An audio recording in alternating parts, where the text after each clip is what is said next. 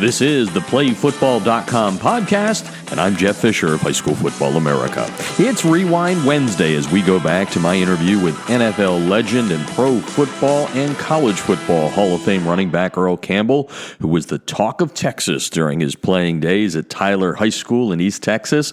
What most people don't know about the man, who is nicknamed the Tyler Rose, was he was a very good linebacker until his junior year. Campbell told me that he wanted to be, quote, the Black Dick Butkus. Let's rewind to my phone interview with Earl Campbell in 2017 when he told me about his transition from linebacker to Hall of Fame running back.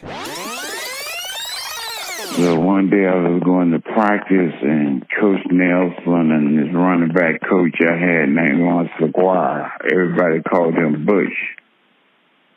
And they came over and said, "Hey, Earl, let's talk a minute." I said, "Yeah, about what?" They said, "We don't have a running back, and we want to see how you fit that." I said, No, I'm a middle linebacker. I mean, I had the Dick Butkus walk down. I had the bow legs like him. I mean, I had everything.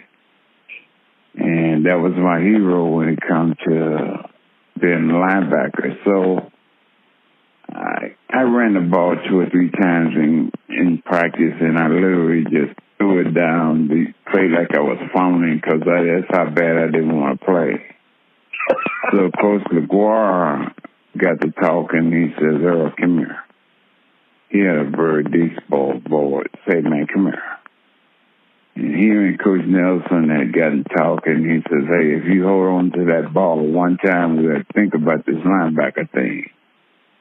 And I broke loose in practice for about 65 yards and held on to it. And I never got to be a linebacker again. Every now and then I'd go in the game, but it wasn't like every down. But some in the championship, we won in my senior year. I played off and on, but mainly that started me being a running back.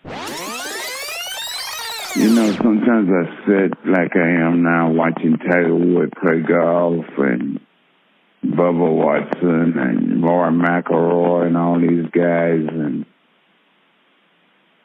it had to be that God really gives individuals and people talents. And I believe that everybody has one. I believe God gave everybody talents. Some of us, he gave more than one.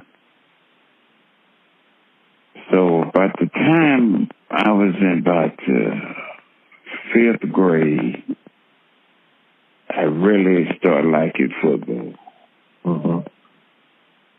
By the time I got to the 9th grade, and Coach LaGuire Butch had me, I fell in love with football. And I just started watching all the greats and all that. So I was a God-given gift. I did what God gave me. That's what he put me on this earth to do. Is one of them was to be the best football player I could be. Mm-hmm. Because that goes into so many other aspects of your life that you don't know. You don't know what it does, or I didn't at the time, the difference between winning and losing outside of everybody's happy when you win and sad when you lose. I didn't understand the business aspect that goes along with winning, the losing, and the compassion for a community or state or the world. I mean, and now that I understand all those things, when I started understanding all that when I was about a sophomore in college, I just couldn't get enough of it. My freshman year, when I started realizing all those things, I just fell in love with it, and I got into it after that, and I know what I wanted to be was a running back. Then I started watching everything I could on the legendary Jim Brown. Yes. Because I thought that's the closest I think I could see somebody compared to me was him. Mm-hmm. Not that it wasn't great running backs, the Tony Dorsetts, the Robert Newhouses, the Walter Paytons, and all the great ones.